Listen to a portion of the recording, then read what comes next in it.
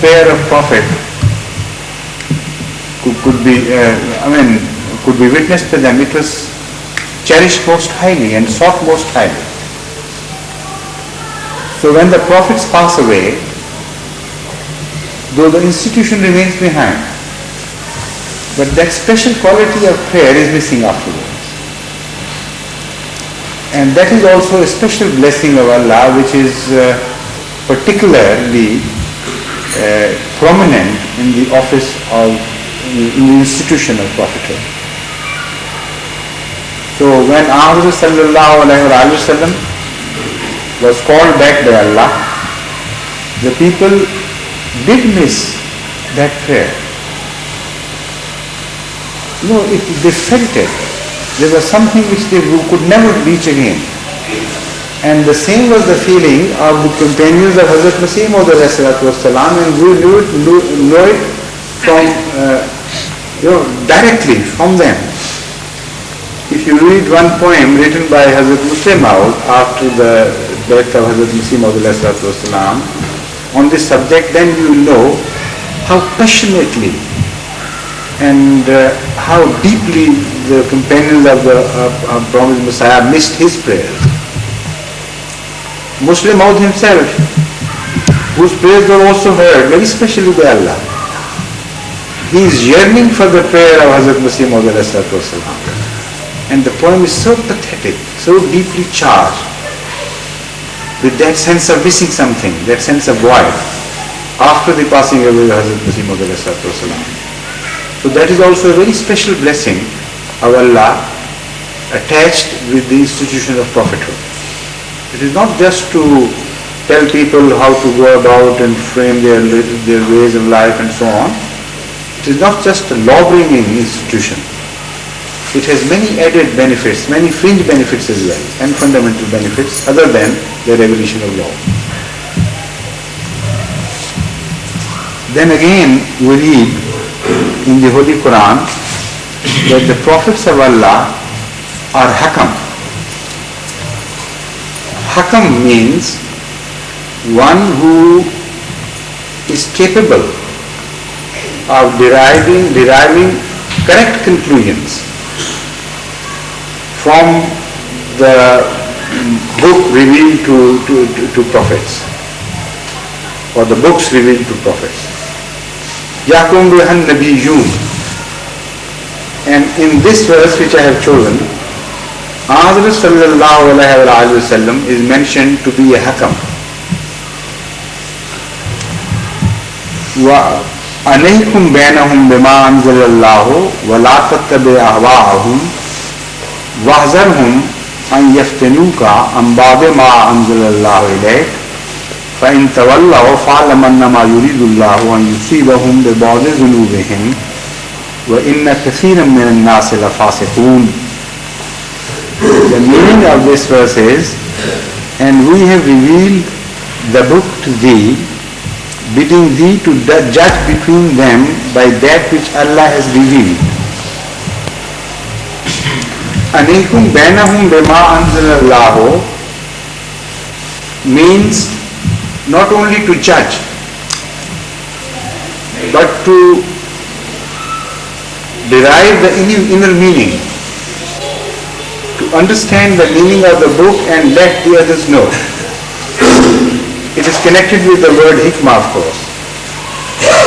Why it is called yakum or ihkam, or why is the Prophet declared to be hakam? Because the influences which he draws from the scriptures become final and binding upon the book, while the influences which are drawn by other scholarly people from the same scriptures and books do not become binding upon others, and there still remains room for differences of opinion. So this is why when the prophets infer from the books, they are declared as hakam, that their verdict is going to be the final. After they have passed their judgment and their verdict, we have no opportunity, la khayra, as the Holy Quran mentions it, there is no khayra, no choice left for the people but to follow that inference which has been drawn by the prophets themselves. Now this is also a very highly favored blessing of Allah and a very special blessing of Allah attached to the institution of prophethood. No one else can provide that with that certainty as provides us with the interpretation of the books and the scriptures with that certainty as the prophets do. So when we read fiqh, that is Islamic jurisprudence, and the philosophy of Islamic jurisprudence in particular, you read in the introductory remarks the necessity for going into fiqh. And there you always come across this statement of the scholars that the need for fiqh arose merely because of the death of the Prophet, peace be upon him.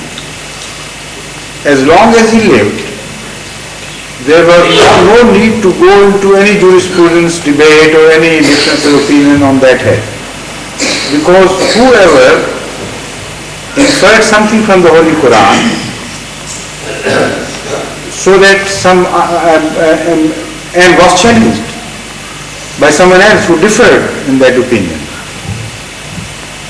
it was open for both of them to go to the Holy Prophet and reach him and ask for his verdict. And the moment they presented their cases, respective cases to the Holy Prophet, he told them what actually was meant by Allah. And once the verdict was passed, the matter ended there. So the Islam remained one unified Islam in concept, in theory, in doctrine. But when Ahmad sallallahu alaihi wasallam, the Holy Prophet of Islam, was called back by Allah,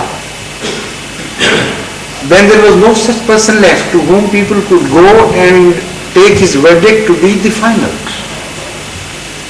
Of course, the institution of caliphate was there for a few years, but even there, the caliphs, except for certain categories of decisions, did not claim that they were infallible in their inferences of the Holy Quran. And they permitted other companions of the Holy Prophet to differ with them.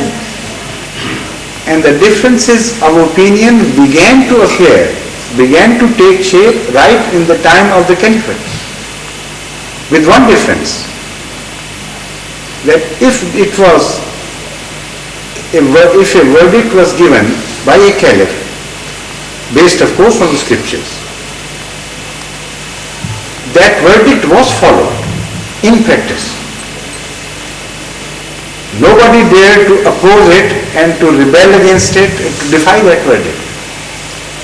Although they were permitted to hold their own private opinions, they would not agree maybe in philosophy with entirety with the inference drawn by a caliph.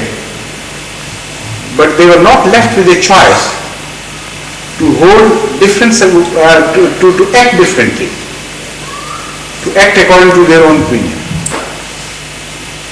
The verdict of caliphs was carried out in practice in the world of Islam. Although opinions may differ and people were given the right to differ in opinions. So so many incidents can be quoted in the lifetimes of various caliphs where people understood the Holy Quran differently and they thought that they were right, differently from the caliphs.